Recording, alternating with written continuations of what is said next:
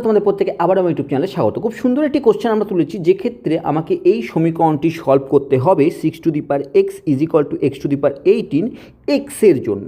এখন এই কোশ্চেনটি বিভিন্ন রূপে বিভিন্নভাবে আমরা সলভ করতে পারি, কিন্তু এই সুন্দর কোশ্চেনটি আমরা শুধুমাত্র সূচকীয় নিয়মকে ইউজ করে বা সূচকীয় ধর্মকে ইউজ করে আমরা সলভ করব। দেখো, সর্বপ্রথমে আমরা চেষ্টা করব যে এই ইকুয়েশনটিকে এমনভাবে আমি রিপ্রেজেন্ট করার চেষ্টা করব সর্বপ্রথমে, যাতে একটি সাইডে সমস্ত এক্স চলে আসে আর একটি সাইডে শুধুমাত্র নাম্বার পড়ে থাকে। তো সেটি করতে গেলে আমি প্রথমে একটি কাজ করতে পারি। আমরা লেফট হ্যান্ড সাইডে যে 6^x আছে, এই এক্সকে আমি তুলতে হয়, তাহলে আমরা উভয় পক্ষে 1/x দ্বারা আমরা পাওয়ারে a1/x নিতে পারি। অর্থাৎ আমরা 6^x^1/x নিতে পারি বাম পক্ষে। একই রকমভাবে আমরা x^18^1/x নিতে পারি। আমরা উভয় পক্ষে 1/xকে কিন্তু আমরা সূচকে নিলাম, সেটা আমরা নিতে পারি।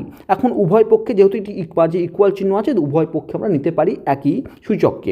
এখন আমরা যদি দেখি, তাহলে আমরা খুব ইজিলি, যেহেতু সূচক এটি এবং এটি যেহেতু মাথায় আছে, তাহলে গুণ আকারে আছে, এই দুটি কিন্তু গুণ আকারে আছে, তাহলে আমরা এটি কেটে দিতে পারি। ঠিক আছে, তাহলে আমরা বাম পক্ষকে আমরা এইভাবে লিখতে পারি, অর 6x=x^18/x, ঠিক এই আকারে রিপ্রেজেন্ট করতে পারি। এরপরে আমরা কি করতে পারি? এরপরে আমরা কি বললাম, একদিকে আমরা চেষ্টা করব যে কোনো একদিকে আমরা এক্সকে নিয়ে আনতে, বাকি সংখ্যাকে সরিয়ে দিতে। তাহলে এখন এই দিকে আমরা x^18/x আছে, কিন্তু এই 18কে সরাতে গেলে আমাকে 1/18 পাওয়ারে নিয়ে আনতে হবে। আমরা যদি সেটি করি, তাহলে কী করতে পারি? 6^1/18 করলাম এদিকে। একই রকমভাবে x^18/x আছে, আমরা মাথায় 1/18 নিয়ে আনলাম। এটি করার পরে কি হলো, যেহেতু সূচকের পাওয়ার আমরা এইভাবে সূচক অবস্থান করছে, তাহলে এটি গুণাকারে আছে অ্যাকচুয়ালি, তাহলে এই 18ও কেটে যাবে। আর কেটে গেলে যে অবস্থায় এখন আসবে 6^1/18 x^1/x, মোটামুটি একটি ফর্মে চলে এলো, যে ক্ষেত্রে আমাকে সংখ্যা একদিকে এবং একটি ফর্মে চলে এলো যেখানে সংখ্যা একদিকে এবং এক্স একদিকে চলে এসেছে। এর পরবর্তী স্টেপ কী হবে? এর পরবর্তী স্টেপ আমরা আরেকটু সিম্পলিফাই করার চেষ্টা করছি, বা আমরা এটা বলতে চাইছি x^1/x আছে, একেও আমরা এই 6^1/18কে এমনভাবে রিপ্রেজেন্ট করতে চেষ্টা করছি যাতে এই আকারে চলে আসে, অর্থাৎ কোনো সংখ্যা (1/ সেই সংখ্যাটি এই আকারে আমরা রিপ্রেজেন্ট করার চেষ্টা করছি। কীভাবে করতে পারি? আমরা করতে পারি এরকমভাবে, আমরা বাম পক্ষকে অর 6^1/18 আছে থাকলো, আমি এখানে আবার 2/2 করছি। 2/2 কেন করলাম? কারণ 2 কেটে গেলে কিন্তু একই অবস্থায় থাকে, তাহলে আমরা এই পজিশনে আনতে পারি x^1/x অ্যাজ ইট ইজ আছে, পড়ে আছে, ডান দিকে থাকলো।